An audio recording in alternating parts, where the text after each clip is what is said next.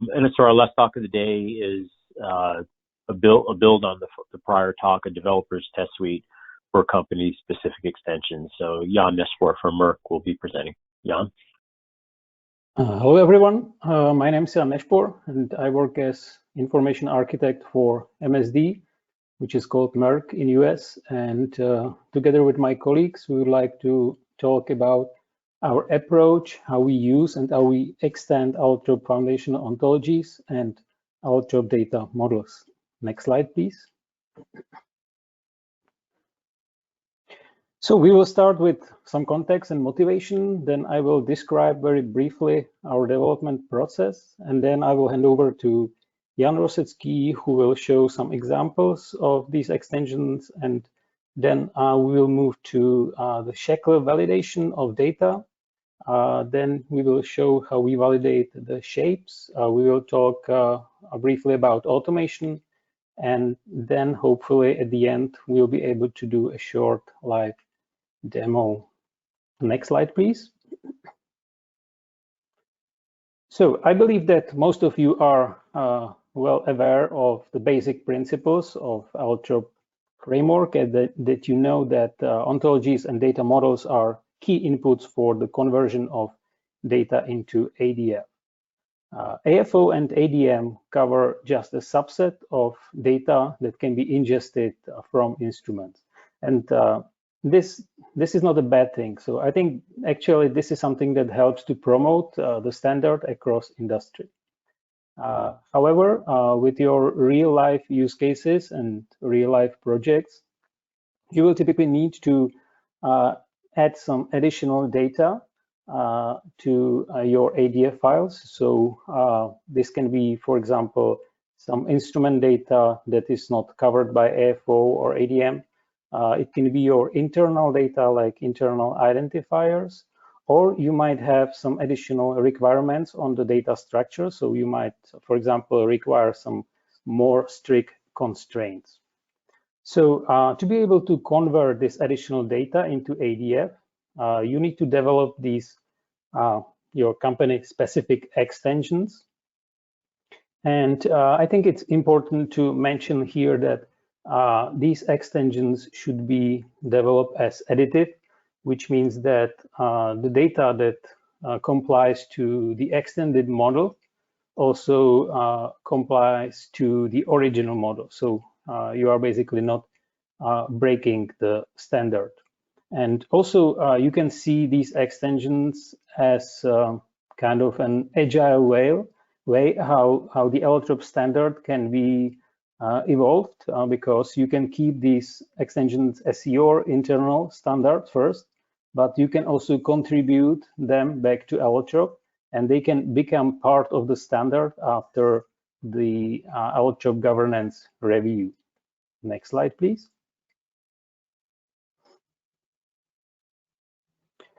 So this diagram shows a simple workflow that we use for the development of these extensions and for the conversion of data into ADF. First, we always start with our users and subject matter experts, and together with our business analysts, we define their data requirements. And we define these requirements as a set of competency questions, which are basically a set of questions that our users would like to be answered by the data. Then as a second step, we move to a gap analysis where we are trying to map concepts from these competency questions to concepts from AFO and ADM. And as a result of the second step, we have a set of gaps and scope of work, what needs to be done in the next steps. In the third step, we define extensions to ontologies. And in the fourth step, we define extensions to data models. So that's mostly the Shekels. And I would say that the step number 4 is the step where majority of the work lies, majority of the effort needed. And also that's something we will focus on during the rest of the presentation. The next step is to define the mappings and do the actual conversion. And for that, you need to understand the source data. and it can be done either by your internal ADF team, or you can leverage your favorite vendor to do that. And as a last step, there is a validation of ADF files, or more precisely, a validation of data description. And we consider this validation step as really a key mechanism, key control mechanism for the alignment with the Allotrope standard, because this is also something that further ensures the data interoperability and other benefits from like using Allotrope as data management standard. Okay, and now I would like to hand over to Jan Rosecky, who will guide us to the more technical and perhaps more interesting part of the slides. Well, certainly not. I hope this was interesting as well, but thank you. So my name is Jan Rosecky. I'm a member of that semantic team that is listed on this slide. And as Jan already mentioned or hinted, our main focus is on the development of the data model extensions. So before we dive into that, here I'd just like to point out what types of extensions there may be, or what do we need the extensions for. So the first big group of extensions is the results data which haven't made it to the official standard. So for instance, for cell counters, the official ADM models only cover things like the count of cells and the average cell diameter, but say our SMEs are interested in the whole distribution of cell diameters. The other group is company-specific experiment metadata, so linking data to an analysis, program, study, experiment, things like that. Internal system identifiers are a big subject or a big topic for extensions. And then there are the other type of extension types that we have developed are some, or that we are developing are some extra constraints. So suppose that we are interested in, or we'd like to have a more specific class in the data. So in this example, we like the user or the data to contain a more specific class sample rather than a generic class material. We want to explicitly prefer one property over its inverse for simpler querying, or we may want to tie up some cardinality constraints. Yeah, maybe a reason why we can afford this is that we are actively working with data suppliers who are developing some the data mappers for us, so they are able to incorporate these extensions into the mechanisms with which they create their ADF files. Right, so here is an example of an extension. So one of the competency questions that our SMEs gave us is which chromatographic runs are associated with a given experiment. Okay, so the way we translate it, or the way we can interpret this as a constraint, is that we want the data to link every chromatography run to an experiment. So any chromatography run should be assigned to an experiment. And this, we can depict this as in this say a C map or a picture or diagram where we have the class chromatography, we have the class experiment, and we like to include this link of its occurrent part as exactly one experiment. So, but this is just a picture. So how do we put that into work? How do we put that into practice? So what we do as a semantic team is we are developing Shekel extensions to the already existing ADM shapes. And this way we can make sure that the data really contains this extra data that we want, or meets these extra constraints that we want. So for the aforementioned example, we have developed this Shekel shape, which says target instances of the class chromatography. So for every instance of the class chromatography, you need to make sure that it is an occurrent part of an experiment, and it has to be exactly one experiment. So we have developed this extension.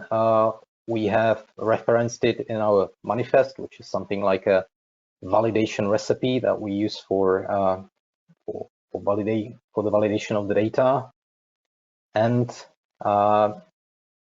if we want to validate the current sample LCUV instance graph as it is in the ADM models, it obviously won't meet these extended constraints because a chromatography run or a HPLC run that is in that file is not linked to an experiment. So the data does not conform these enhanced constraints that we want.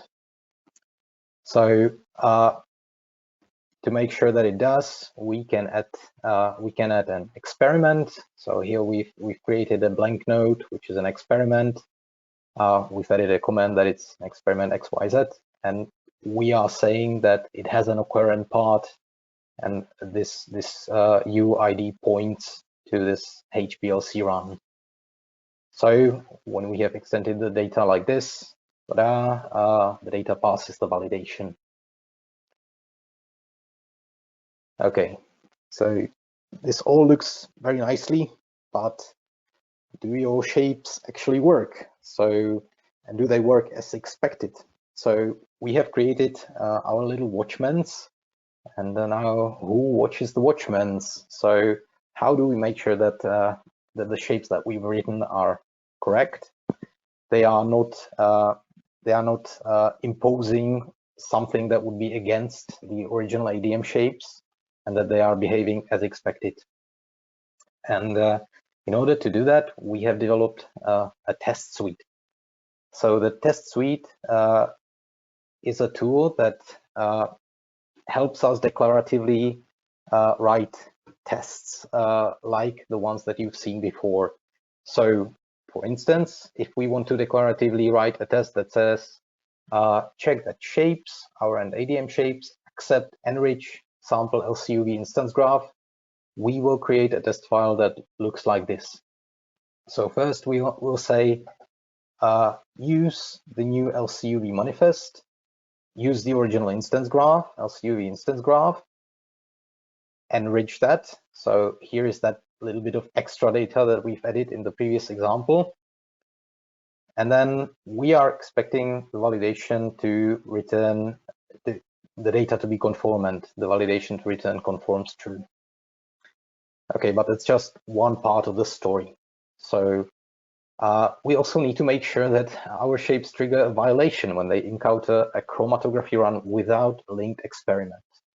So we can create another test case, which says, use our chromatography extension shapes, use some of the Allotrope vocabularies.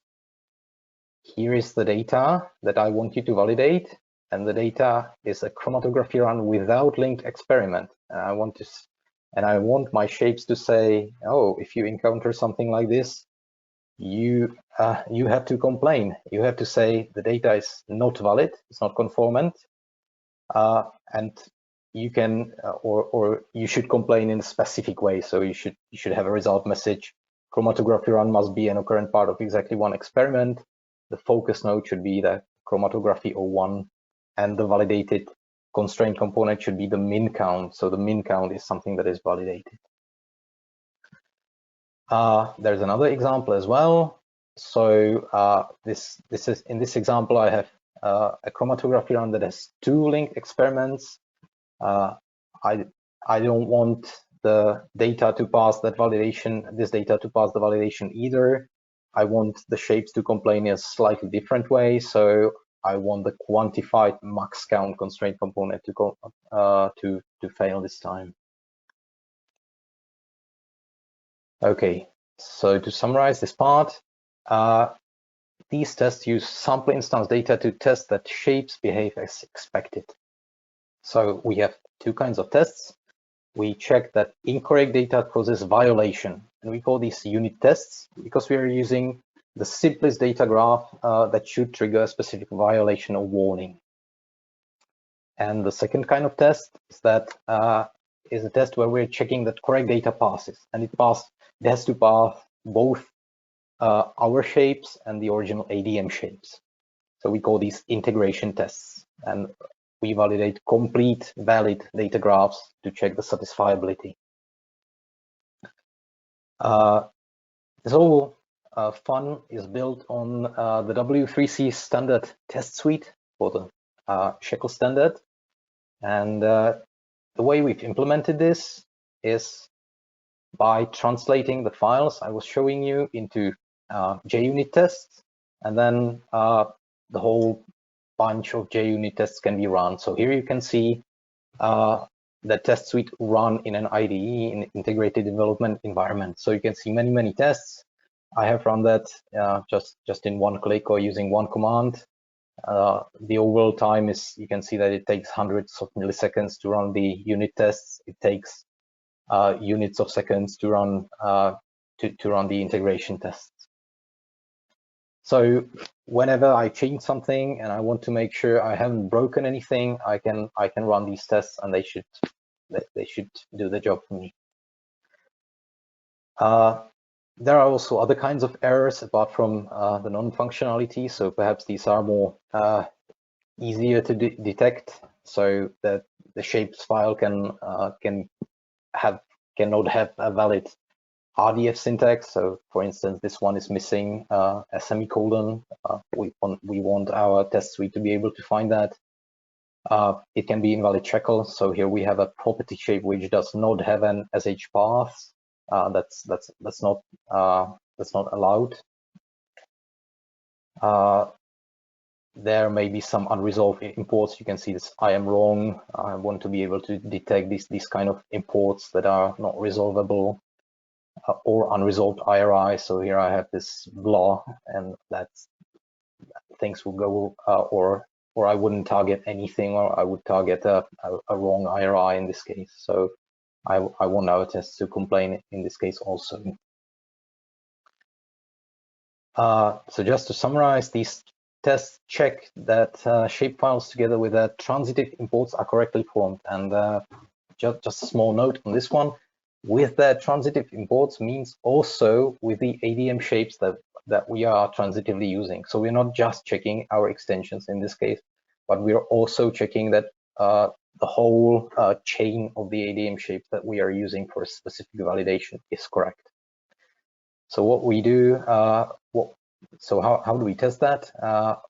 We run Shekel in Shekel validation. It's a specific way to validate Shekel using Shekel, so it's kind of meta validation. Second kind of test that we perform is by parsing Shekel, where the validation engine tries to translate the Shekel shapes into an internal representation. If it fails, it complains, and that's where we know things went wrong. And then we have a bunch of custom tests where we check this resolvability of IRIs, code style, no property shape mismatch, and so on. So on this slide, I'm just showing you how the whole business can be run in continuous integration. So apart from executing that in an IDE, we can include that into our CI pipelines. So for instance, I got an email saying you've done something wrong. You've pushed some wrong data into the master branch. And when I looked further, there was this Jenkins generated page where I got this nicely formatted error messages saying, "Oh, I didn't find these chromatography CR currently released chromatography shapes. Please have a look what's wrong." And I did. All right, showtime. Could you pass me control? Yeah.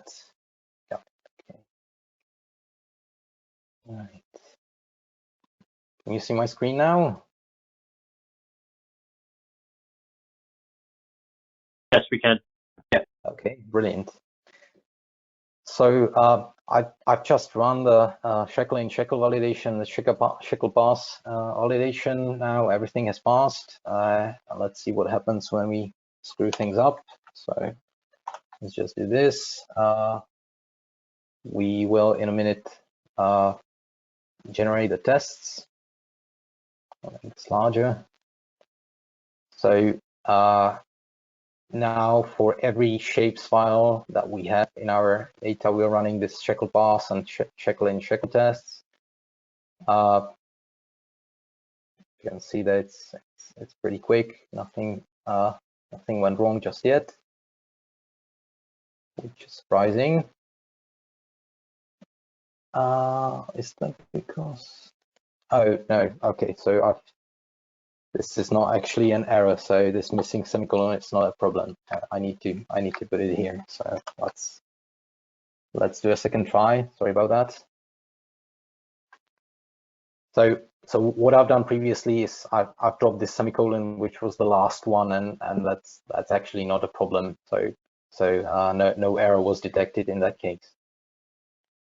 Now let's hope that the good fortune will shine on us. Yes, we're seeing some problems. So triple's not terminated properly, at least. Okay. Let's do a different kind of error. I could comment out the path, but I think you would believe that would go wrong. But let's do something a bit more fun. Let's just comment out this min count constraint. So now what will go wrong is that we are expecting this shape to complain whenever there is a chromatography run without an experiment. But I have made an error in the declaration of this shape now, so it won't complain. So when do I have the correct configuration? Yes, I believe so. So when I run this, it should hopefully trigger a violation in one of the unit tests. So once I've instantiated the tests, should be able to see them running.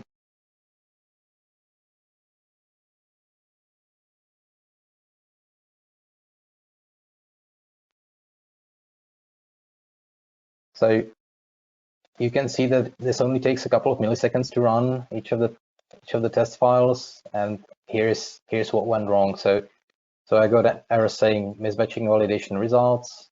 I was expecting the validation to fail in a certain case, but actually what I got was the data was conformant. So I don't like that. Okay, I guess that would do the job. And I think I'm returning the control back to Jan.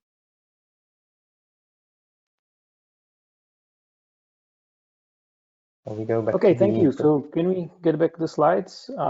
Yes, thank you. So just a quick recap, Jan, if you can reveal the text. Yeah, sorry. Yeah, so we stated that based on our experience, real-life scientific use cases typically require some additional data on top of what is available in AFO and ADM. And for that, you need to define and develop your company-specific extensions. These extensions can be used for the validation of the data, which is a key compliance mechanism. And also, besides data validation, it is important to validate these shapes themselves. And all of this can be automated and can be integrated in the continuous integration tooling. And actually, we find this to be very helpful, not just for the development of these extensions, but also for other operations, like, for example, when you are developing a new Allotrope data model from scratch, or when you are switching from one version to another, or in case you are doing any other major changes in semantic artifacts, this quality assurance steps can help you to make sure that you are not breaking anything. Thank you. Great, thank you, Jan and Jan. Maybe just one question, just for the Merck team. If there is an interest in the community in the tool, is this something that potentially could be shared with community? Yes, sure. Definitely, if there will be interest, we'll be happy to share. We just need to make sure that we are contributing according to our company rules. So I think once we figure out these things around licensing and so on, we'll be happy to contribute back to Allotrope. Great, thank you. Thank you very much. Bye.